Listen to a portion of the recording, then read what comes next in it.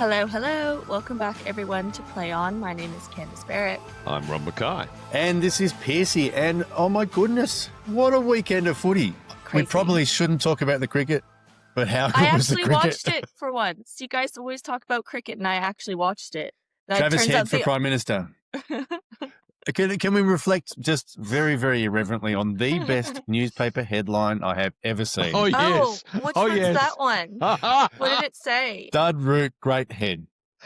Yes. Joe Root was a dud. Travis Head was great. Yep. Dud Root, great head. Yep. That was outstanding. Have that little framed. I've got it. I'll forward it to you, Candace. It is Please do. gold. I may have seen that once or twice as well. That has been shared on socials. What I found really funny is that it's the first time I ever really watched cricket on TV properly. I'm like, oh my goodness, this is such a fun match to watch. And all I kept on hearing was the commentators being like, this is the best game in history. And I was just like, oh, this is probably all downhill. And we've all of a sudden here. realised there's some repercussions with that, like the 3 days of wasted food. And let's talk about rugby. Yeah, let's talk about rugby. So We had so many games of footy on the weekend. So many games. What was your favourite game? My favorite game was watching Hollie. So Wales versus New Zealand. 100%. Hollie, It was actually a really good match hats as well off. to watch. You so. are a legend. That was the best referee performance of the weekend. I think it was the best game of the weekend too. Yeah, at one point I was like, oh my goodness, they're almost neck and neck. This is really enjoyable to watch. Yep. And Rob, best game of the weekend? Oh, gee. I mean, if you want theatre, you couldn't get more theatre than the Irish-South African game. That was just a nuts game. That's what. That was the low point for me. I really didn't enjoy watching that. I was just yelling at the TV. I mean, I know you asked best, but best in terms of theatre, it had everything. It had villains everywhere, not many goodies, a lot of villains. So it was like, your old school music hall melodrama.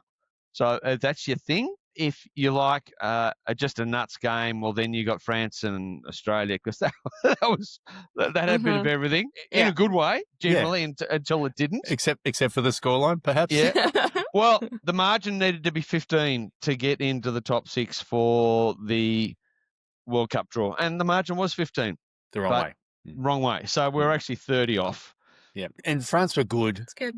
And we were with them for a lot of that game. Yeah, we were. We did some boneheaded stuff as usual, but we did some brilliant stuff like Jorgo. Wow. Yeah. Rocks and two of the fastest blokes in world rugby on him, and he somehow managed to just do exactly what he needed to get the try. And 2 of the world's best wingers going head-to-head, and I love that. Yeah. Yeah. Can we reflect Luke Pearce, no relation? Slight pot belly with the comms gear, no relation. I was saying he has a weighted vest on. I thought he was great. I loved the dabbling of French in there. That was Yes. very, very cool. But I my enjoy goodness, that. when Louis Beep Beep ran down the wing, I think that's the first time I've seen an international referee and AR not inside the 22. So is that a fine, Pearcey? Oh yeah, that was that a would be bad a fight fine. because it was. I think it was a 60-meter run, and Luke was next to them at the 60 meters out, and he hadn't made the 22 when they scored. And what time of the game is this? It was late. Yeah. But these guys are professional Oh, no, athletes. I know. I'm just sort of trying to get context. So was it before or after it was snowing? It was, yeah. I think there were the snowflakes falling. Yeah, I think there was too. It was a nuts game. Look, we'll come back to that. Stade Francais, you throw it all up there. And it was a great game. Unfortunately, we're on the wrong side of it, and it capped off what is statistically a very poor tour for the Wallabies. But we have some real potential in there. Oh, yeah. I have an overwhelming frustration, but a feeling of we're coming good. It's a jigsaw puzzle. We've got a couple of missing pieces still, but I think if we can get the pieces in the right spot, there'll be a full picture that everyone can see. Mm-hmm. I might start off with some just general rugby news. My daughter was telling me last night, we were watching something, and she was telling me, switch it over to the sevens. Is that on? Yes. Dubai Sevens. Da-da-da-da. Yeah, it's starting, and the referees are out, which is really exciting. Similar names from last year. They have women's panel and a men's panel, and we have Jessling and Ella Goldsmith from Australia representing, which is fabulous. Go girls. Whoop, whoop. That the New South Wales Champions of Sport Official of the Year, Ella Goldsmith, is that what we're talking about there? That may well be, Whoop, whoop, indeed. whoop. Yeah, Ella, you're going to need a bigger pool room. So well straight done to the pool room for on that one. Just to put that in perspective, that is all sports in our All state. sports, absolutely. All and sports. we play a lot of sports, and we've got a lot of match officials. So be top of that pyramid is elite, and that is elite. I don't know how, but once upon a time, I think it was back in 2010, I made the shortlist for the finals of that one, and it's a big event. Yeah, it's a really cool prize. Mm-hmm. So I can't remember who won it my year, but it was cool to be in the room with them. Bill Harrigan? No, I'm post Bill era. No cement trucks near the awards night? No. It might have been an umpire. It might have been Simon Taufel or someone like that. No, he's Taswegian, isn't he? And he was done by then too. Okay. Answers on a postcard, viewers. Yeah, I'll Who come was back to that Pearcey one. up against? So speaking of the sevens and match official opportunities, we've got 3 different levels of sevens through the new structure, which creates opportunity for match officials as well. So we've named, there's actually 4 panels named. There's the 7 series, which is the elite level, and we've got the men's and women's panel. Then we've got the Sevens World Championship where it all comes together. And that's basically the sevens panel with a couple of extras to cover the extra games. Then we've got Sevens 2, a men's and women's panel. And there's some crossover, but there's some new faces there as well. And then Sevens 3, same. Smaller numbers to add to it, but again, some crossover and some new names. So we're seeing some people coming through the match official pathway, and that's where Ella and Jess, for example, came through. They came through the lower ranks, if you like, and they're now on the elite level. So it's really good to see the MO pathway developing. So we keep an eye out on some of those people, and we've seen some of them switch over into 15s and come back and forward as well. So you've got, for example, George Selwood. We see him in English Prem, and he's been sideline 4-5ing in some of the test matches. I would love to see him stroking a bald cat. Oh, that guy. Dr. Evil. Hello. We share notes, George and I. So, yeah, Sevens is up and running. New York. There's going to be a Sevens tournament in New York, and I reckon that'd be really interesting. Really interesting. So I think it sounds like a great idea. Yeah, we talked about it last week. So I think it's like proximity as well. I think for people in the States, Canada, or any of like the Caribbean sort of islands and everything, I think there's a lot to be excited about it. Yeah, so just as 15s is tapering down, there's a match this weekend, but Dubai kicks off. There's an under tournament. Yeah, have we got one left over? I did see that. It's Wales versus someone, is that right? Wales and South Africa. A lot of the South Africans have been released, so it's part of Rassie's development program, shall we say, but I still think the Welsh will struggle. But having seen South Africa last weekend, they're a bit hot and cold, so you just never know. The Welsh were actually very good. Yeah, they're on the weekend, just gone. They're definitely on the They were really good. They're miles off on the scoreboard in the end, but they really gave the Kiwis a rattle. They've been naval contemplating for a while. They've sorted out their coach, rightly or wrongly. They've made a call. Steve Tandy's in there. He spent some time here. He was in the Waratahs coaching team. I actually rank him as a coach. So and he's Welsh, so he's pulling them together quite nicely. So who knows what might happen this weekend? Is this another one of our wonderful predictions? We're pretty good last week with the cricket. Mitch Stark 7 for, just like to say. So let's see what happens there. Yeah, I predicted that England would win the toss and Mitch would get a bag full. You predicted that he'd get 7. And I also said Trav Head was due. So we got that right. Yeah. I'm predicting that Wales won't feature in the finals again, although I do like they're trending upward. Yeah. Well, mind you, off a low base. But they have snuck into the 12. Yep, which is important. That draw. Very important. Is the draw next week? I've seen some ads come out for that. December 3rd in Sydney. It's around the corner from me. So nice. Roving reporter. Live pod. Well, watch this space. Watch this space. Stranger things have happened. All right, so news. What else we got, Candace? We have the PWR and the RFU match official team are launching the PWR High Performance Referee Program. So this is to increase the number of female players staying in the game as match officials. So the PWR Instagram, they had a link before. So if anyone needs to read up more about it, you can go to their socials for that. But that's really good to have that after the World Cup. I think there seems to be momentum building, which is great. And we've seen that with Hollie, Davidson, and also at Hollywood, I think. She's an ex-pro player. And Maggie, she was on that pathway as well. Maggie Coggerall, see our previous pods.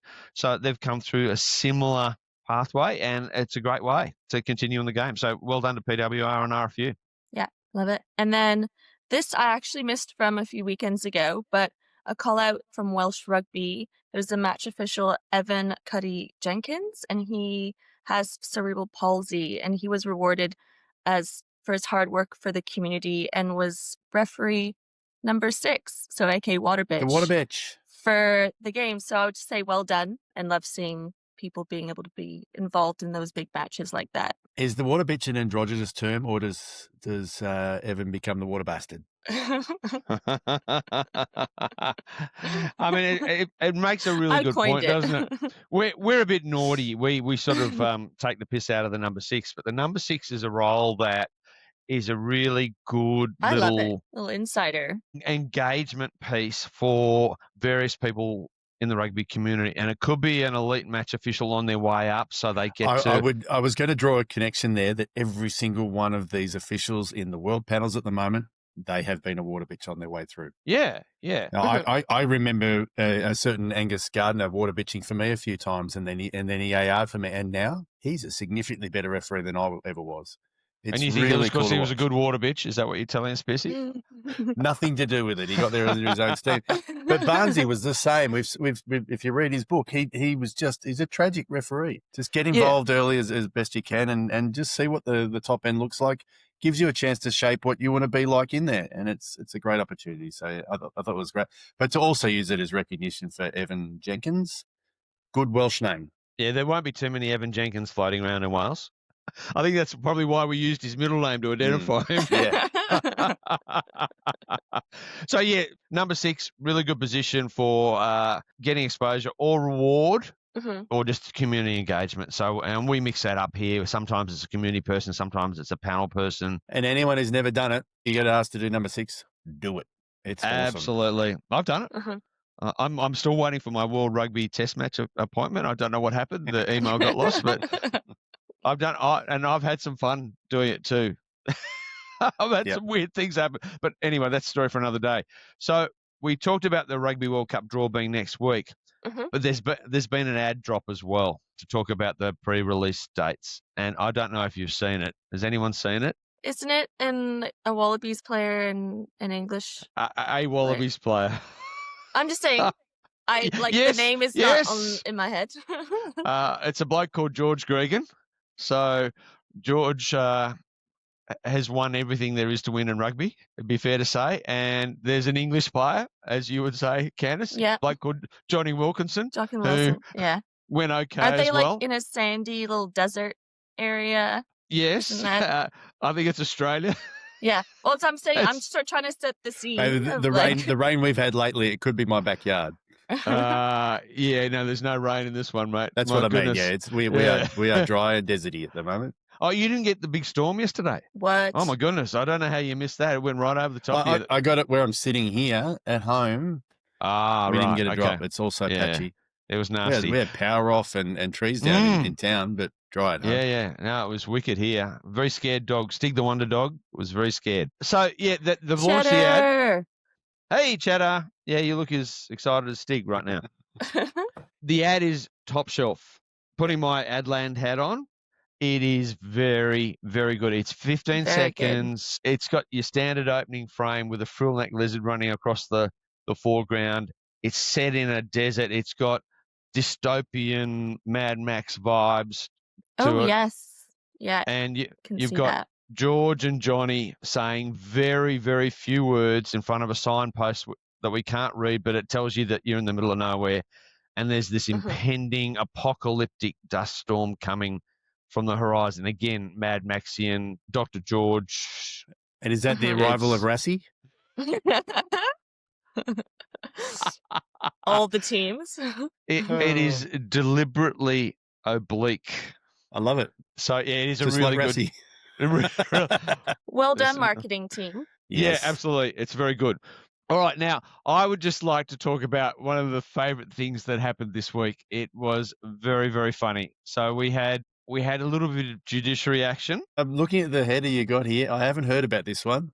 No, this is a doozy. So we had Romania playing Uruguay, and one of the Romanians got sent off for charging, and he got 6-4-3, so 6 weeks down to 4, not 3 because he's got a bit of prior, but then down to 3 if he does tackle school. It was Vlad Nicolau. So I'm just thinking it's got to be Vlad the Impaler. How could it not be? So a hat tip to Vlad the Impaler, also known as Dracula. Absolutely. Player of the week. Take a break, mate. It's interesting, Romania, Uruguay, there would have been a lot of players built low to the ground, you'd imagine. Yeah. Yeah. Tallest. Maybe their second row is like 5'10". And imagine, and I can't remember who the referee was, but imagine trying to officiate that. Yeah, the only one on the field speaking English. Yeah, we saw that in with Adam Leal. He had Italy and Chile. Where do you go with that? He was going with English as well. Just go by the law book as well and use like really clear, simple terms. Absolutely, Candace. Yeah. You're quite right. But I think also you have a little bit of a buffer there because it takes time for them to understand. The international language of red card. Yeah, absolutely. No words needed. But it just made me laugh my head off when I saw his name and was charging. It wasn't a bad take. It was charging. So like he's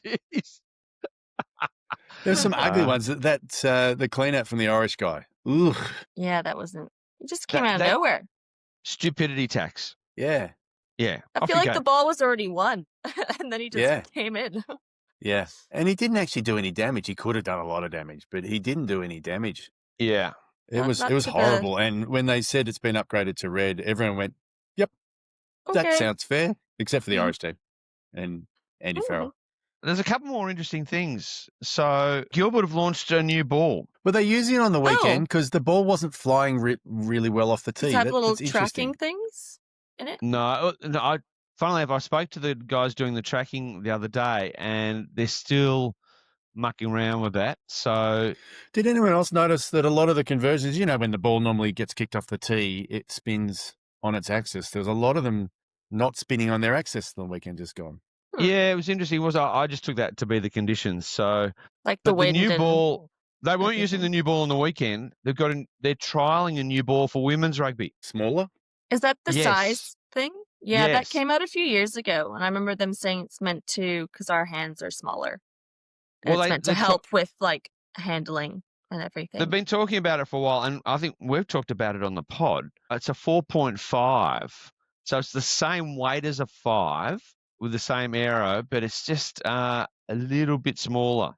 So they've trialled it at under 18 and under 20s, and now I think they're trying it at the 7s. So I'm interested to see that because we've spoken before about the dynamic with women's in that smaller hands, it's harder to pass it the distances, and also the ability to kick it as far as the men. It's not been there. It's starting to get there. I think a smaller ball typically doesn't fly as far, but you're saying it's weighted the same.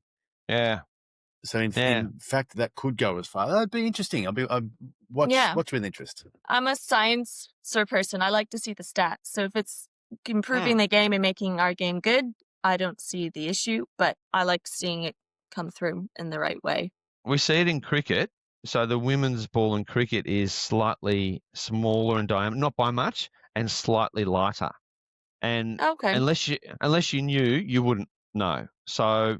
Now, let's see how it goes. I think it's a great idea to trial it at the 7s because that's where your skill and ball movement's really important. So see them whip it out to the wing and have whip it up. Maddie Levi just smash through people. Yeah. That'd be lush. I don't think the ball size will make much difference to what goes on there. So we can touch on there's the men's dream team for the 15s. There's been a lot of chat about that. Then World Rugby Awards as well. I reckon the dream team, Lenny, you could tell, well deserved. Yep. We had one other in it. Remind me? Harry. Yes, of course.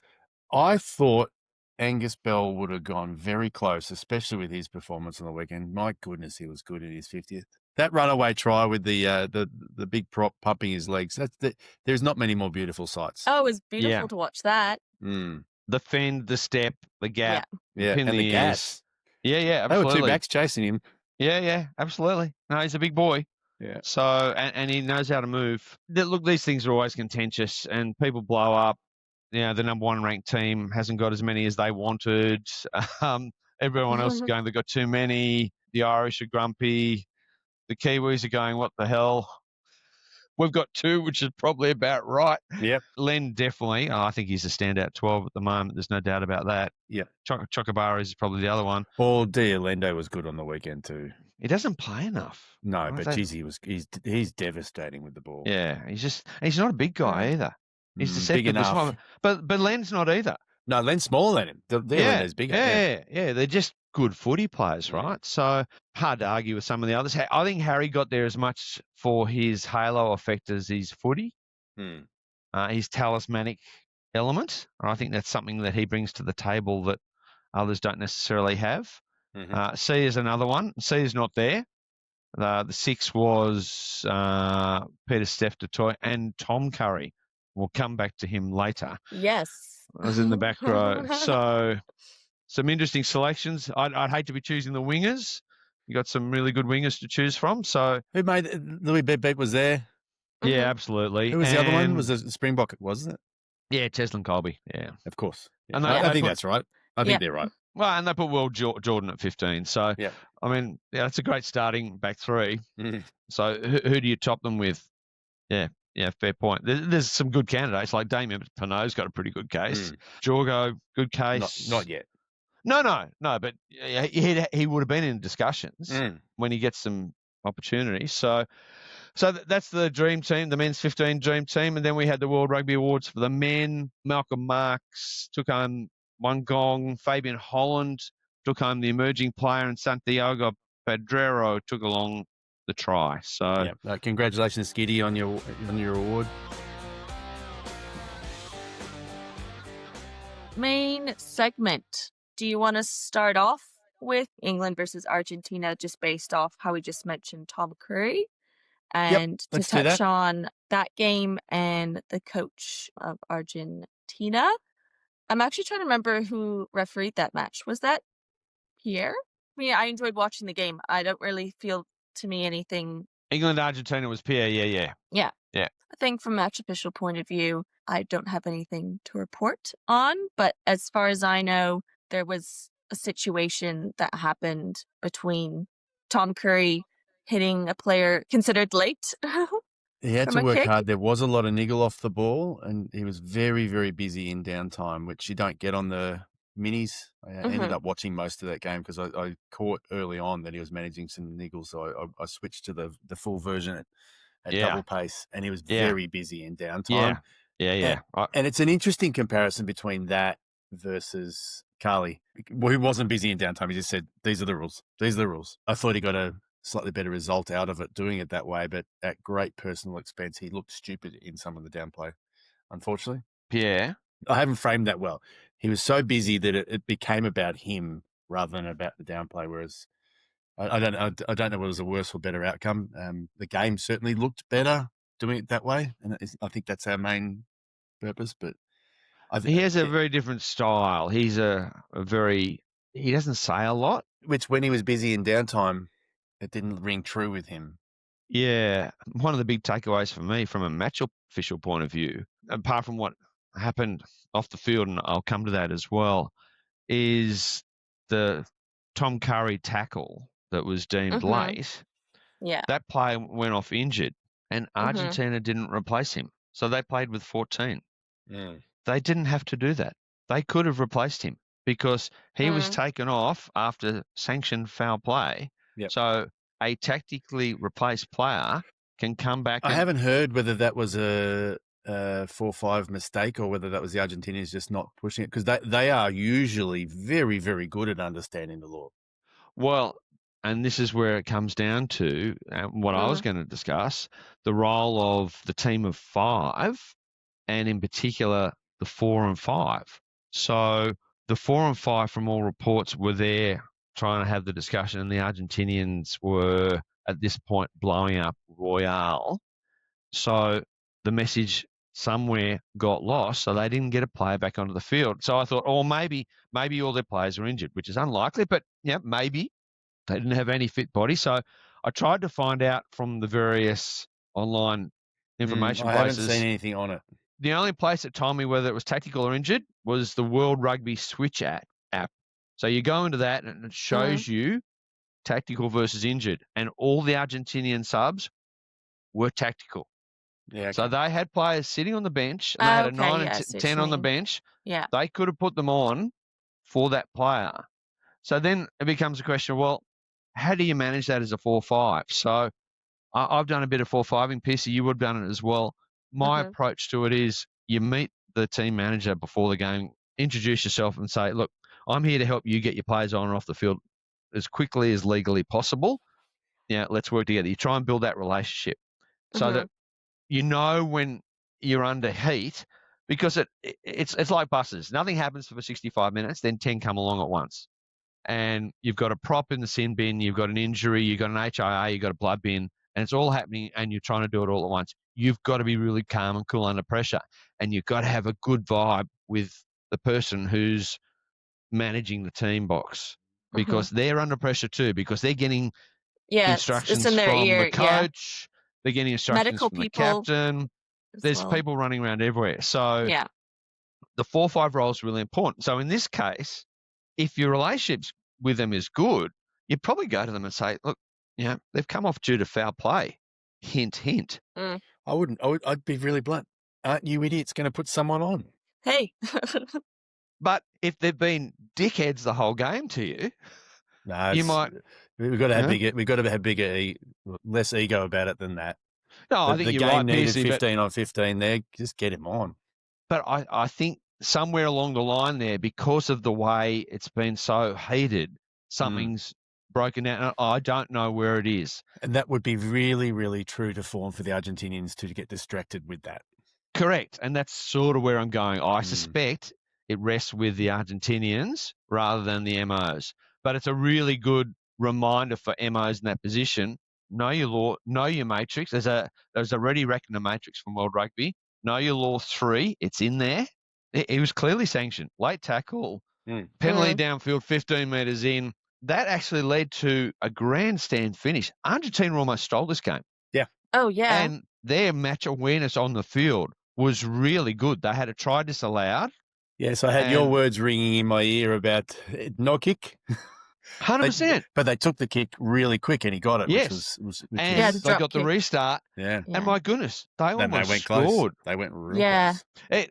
It then created another discussion about, righto, in the last part of the game, because we lost some seconds there while they referred the first try that was disallowed in a game where it's really tight. So in basketball, in NFL, but basketball in particular, even at community level here, if the game is within 10 points in the last, I think it's 5 minutes, my sons would tell me, the time off process is different to if there's a margin in the game. Yeah, and that brings excitement and jeopardy into the game. So here we've got a game where it's really tight. So in the last 5 minutes, if you've got a TMO referral, maybe you do wind back the clock or you stop it straight away. Yeah. I thought they were pretty good at stopping it. I saw that as well in the right Wales-New Zealand match as well. Yeah. So I thought they actually did that quite well, Rob. I thought there wasn't too many seconds lagged in there. Unlike those aforementioned sports, we don't have a one-back clock sort of philosophy about it. We never have. And the way we use advantage, it just doesn't work. But it's being discussed.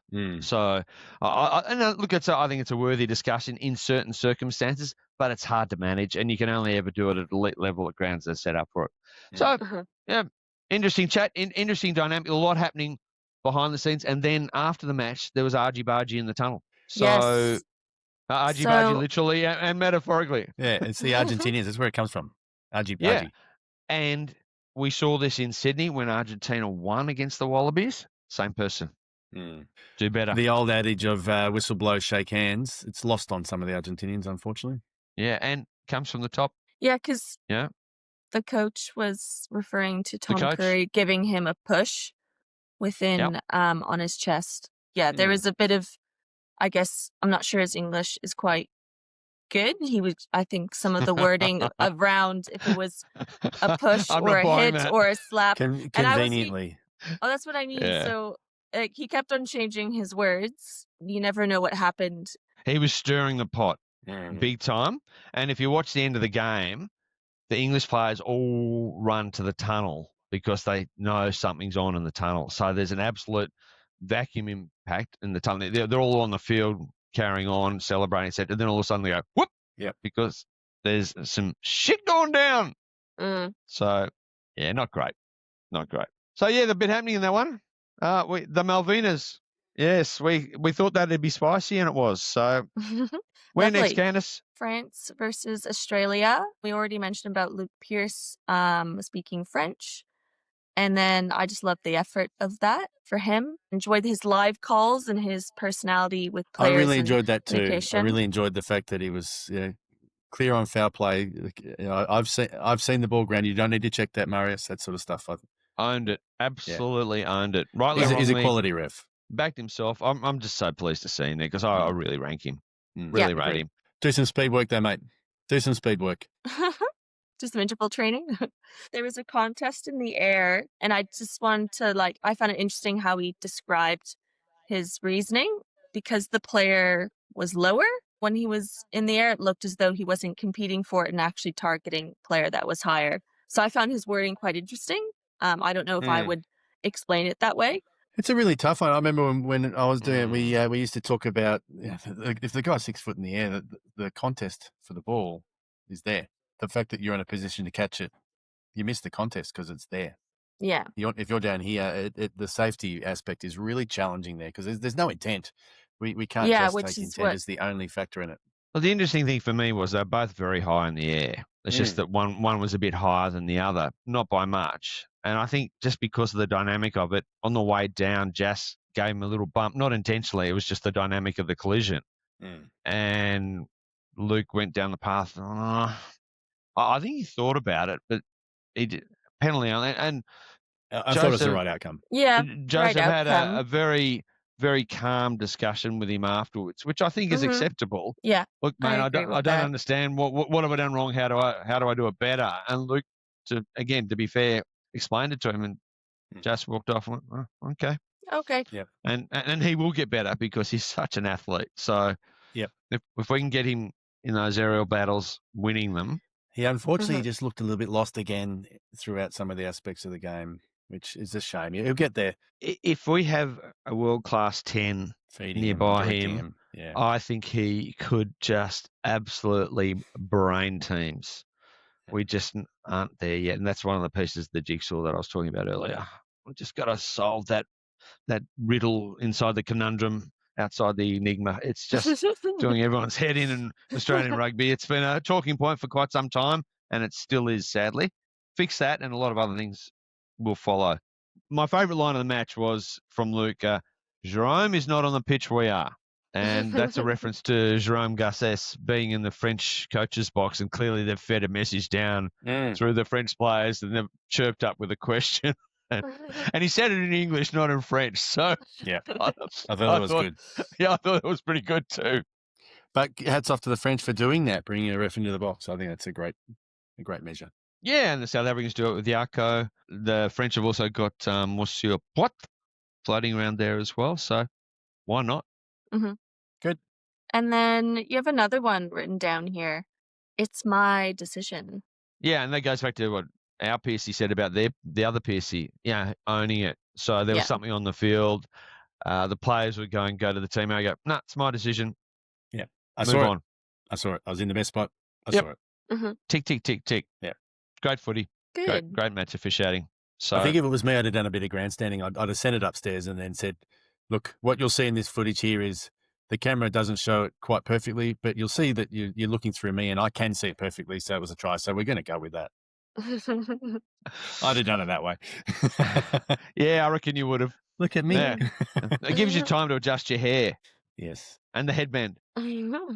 Shall we move on to maybe a slightly bigger match, Ireland versus South Africa, and touch on the elephant in the room? Yeah, basically my Instagram, maybe just because I'm a match official referee, my algorithms, but they're all full of just hate on referees giving cards at the moment across the entire weekends, but in this one in particular. But again, I want to address the elephant in the room about the cards. I watched that game. If I have a criticism for referee Carly, It was you backed off. You set a standard, and you actually backed off. We had too many cards. Like no one likes that level of cards, but he didn't give a couple that penalty try for a collapsed scrum and didn't card someone. The fact that Ireland already had 3 in the bin, that's why he did that.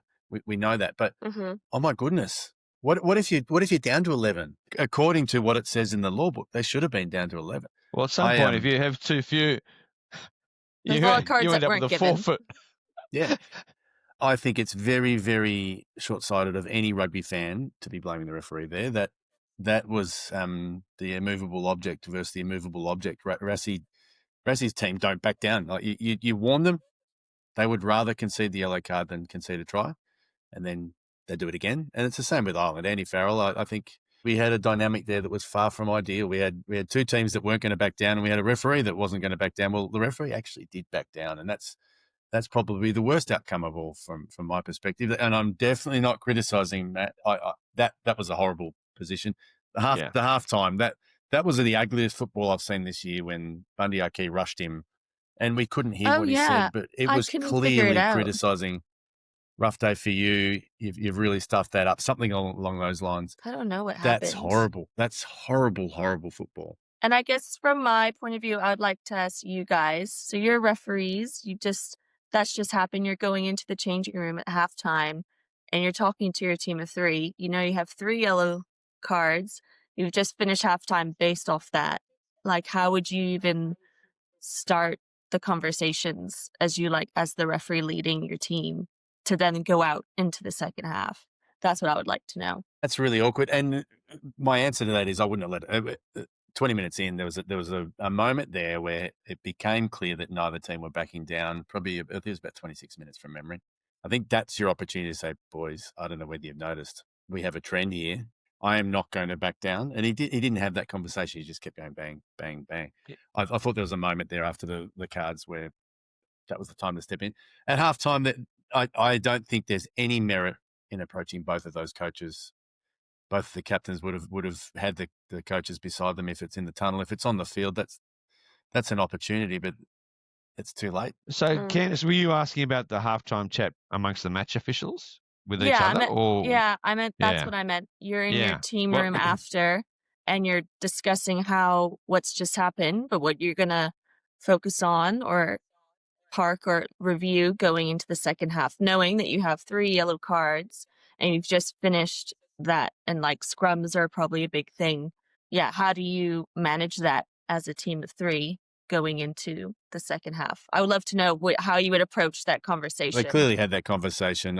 For me, I would approach that conversation saying, boys, management's not working, so we're not going to manage. We need to be really clear that is a sanction worth penalising, or it's not.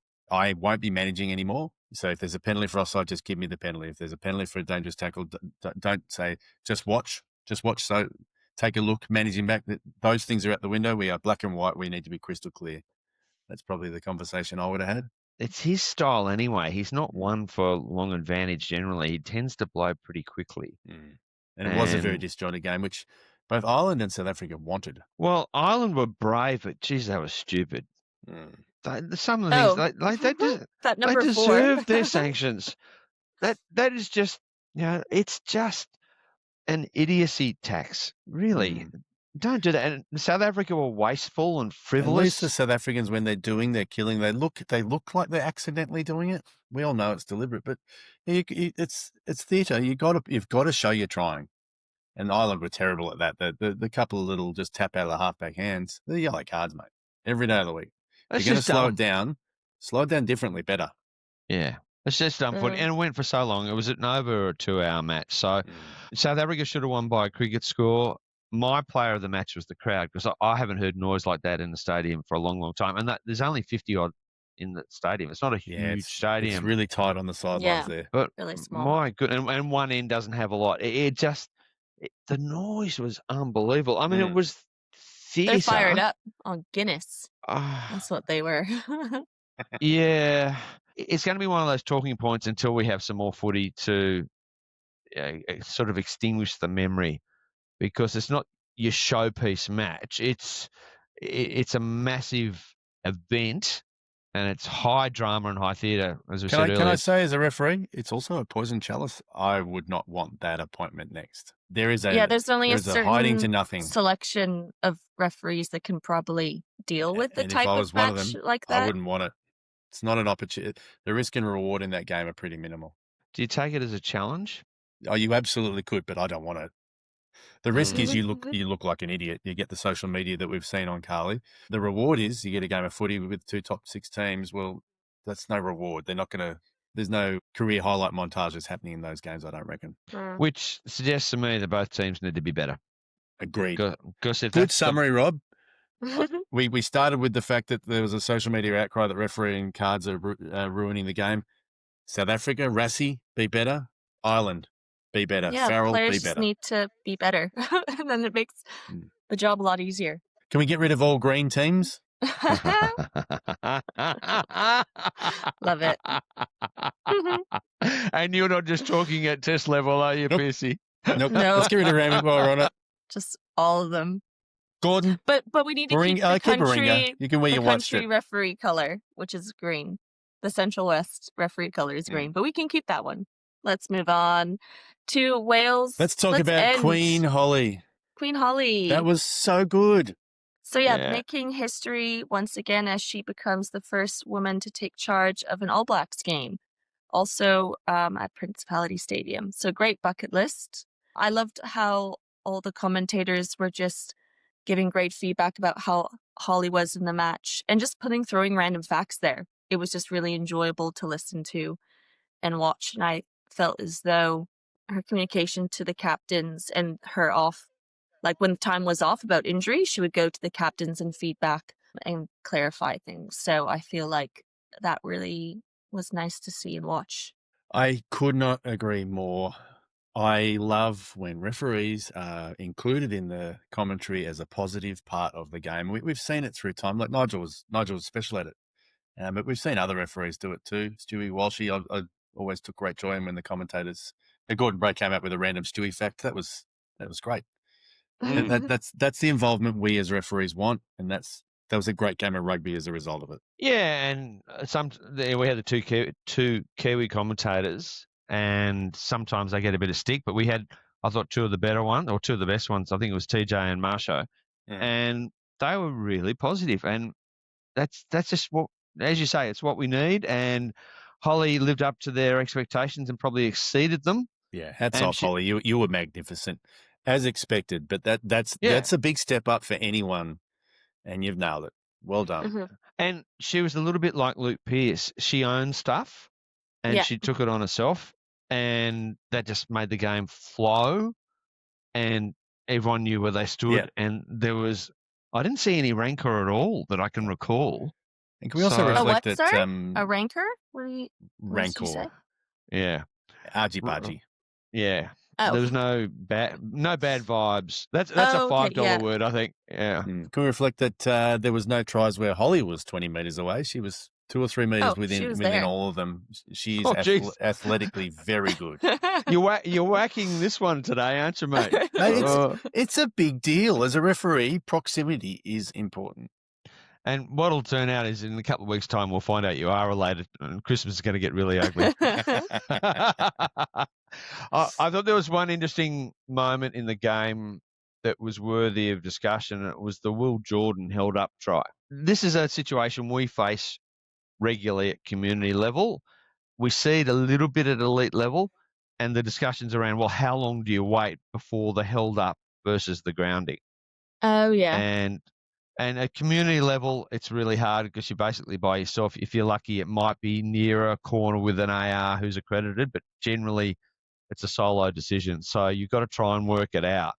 Sometimes you're guessing, sometimes you're vibing, sometimes you're not. And we've seen that change as well. I can vividly remember when I started refereeing, the mantra was, if they are good enough to hold them up on that first try as a defender, that's enough. And like that's that changed now. We let them have multiple goes at getting the ball down over the try line. So the fact that it's dynamic and changing as well adds a level of complexity to that. But we went back a step here because I suspect he got it down eventually, and the tape showed that. But Hollie said, well, no, not really. it was initially held up, and that's enough for me. And the interesting thing about that for me is I think when we look at the elite game on the pick and drives, I think often there's a try that is scored, but we can't see it. So the assumption is it's not held up. It's because it's in a morass of bodies, and Oh, it yeah, magically everyone's comes flying all back. over. A morass. I suspect that the ball is in there and it is held up, but we're not going there because it's way too hard. Let's not waste the time. Let's just keep the flow going. Yep. Whereas in this one, we've gone, okay, we've got clear visuals. Let's make a call on it. So good. Mhm. And once again, I thought she managed it okay. Delivered it well. Yeah. I feel though Italy and Chile next. I watched the minis of that. That was really fun to watch. Yeah. Adam Leal was I didn't watch on that one, sorry. Just watch the minis. Pretty exciting. It is. It was pretty neck and neck. Does that mean that Chile can beat Australia too? Ooh. Well, it's interesting, isn't it? Because we've got Super Rugby South America, and I don't think that's exactly the right nomenclature, but we're close. The vibe in South America is really positive. There's some good footy coming out of there. And Chile really pushed Italy. Italy didn't have all their top players, but they had a pretty good team on the paddock, and they were made to work really hard. So, yes, I think the gap is closing, Pearcey. And I think even though the next Men's World Cup is going to 24 teams, we'll still see some blowouts, but I think there'll be a lot of closer games than there's ever been, and I think that's wonderful for the sport. So, I mean, the try of the match for me was the Chile winger try. They put up a contestable kick, and he comes through at 1,000,000 miles an hour and just picks the pocket of the Italian and just keeps running and scores. I mean, how good was that try? Bravo. It's exciting to see I'll how have to watch it. talented some of those players are. I wonder if they're all ex-footy players or just finding a new sport. It was a game for the Adams. Adam was in the middle, so well done. Often mentioned Adam, so well done. And Adam was on the sideline as well. Adam Jones, who's come out of sevens. He didn't look great at the end. He was doing the handshaking and he was limping, so I hope he's okay. So Adam Jones, recover well. Adam Lil, well done. I do have a golden whistle of the week, and I've chosen Hollie Davidson. I think that's fair. Yeah. So I think we've nominated her before, she's had a golden but I'm whistle happy. Before. But I'm giving her another. She can have golden another whistle. one. Yeah. I think she's getting to the point where she'll have a golden whistle for every day of the week because we're giving her I'm a few. okay with it. Yeah. And you're a superstar. Yeah. Well deserved. I think if we had to do counts on golden whistles, Hollie's probably leading. Ella and Gus are somewhere on the podium. Yeah, exactly. And if we were to give our own awards of the year. Excellent. So we got a little bit of rugby still coming up. We got one more game this weekend. We got some sevens going on. New York Sevens coming up. I will watch that. I'm quite excited for that. Well, the Dubai Sevens kicks off, and that'll be huge. We've got the new ball for the girls. World Cup draw next week. So, yeah, there's still a bit going on. I feel like I need an off-season, though. Oh, right. Just so everyone knows, we're going to probably wind down the pod over the Christmas period, but we'll still release some more ones that we've pre-recorded. So anything live that happens, not sure. And we might try and get a couple of guest interviews along the way too, but it is summer. It might be time for me to work on my all-over body tan. Strawberry brown. We promise that we won't post any photos of any of that. What's the one it's the mankini? I'll get you some budgies. There you go. Yeah, if only we knew someone who worked there. Oh, if only. I should have done a custom design. Yeah. That would have been so fun. Can we get Pearcey's face on the front and Rob's on the back? Ooh. Is that just so you get your own spot at the beach, Pearcey, so no one comes near you? Yep. So, yeah, Candace, we're winding down, but we're winding down for the break, not winding down for good. So we're just going to... we'll be back. No, yeah, just for Christmas period. Little summer holiday, which we've deserved. And at this rate, there's a chance that I won't be refereeing in December.